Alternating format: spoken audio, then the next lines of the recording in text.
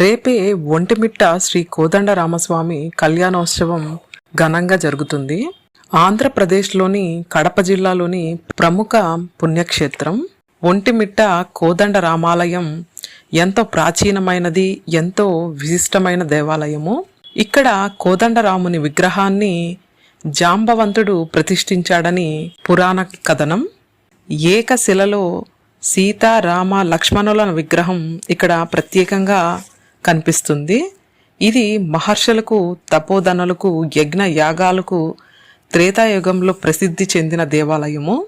ఋషుల తపస్సుకు రాక్షసులు తరచుగా భంగం కలిగించేవారు. శ్రీరాముడు సీత, లక్ష్మణ సమేతుడై ఒంటిమిట్టకు వచ్చాడని, కోదండం ధరించి పిడిబాకుతో రాక్షస సంహారం చేసి ఋషుల తపస్సు నిరాటంకంగా సాగేలా చేశాడని ఒక కథనం. ఈ దేవాలయం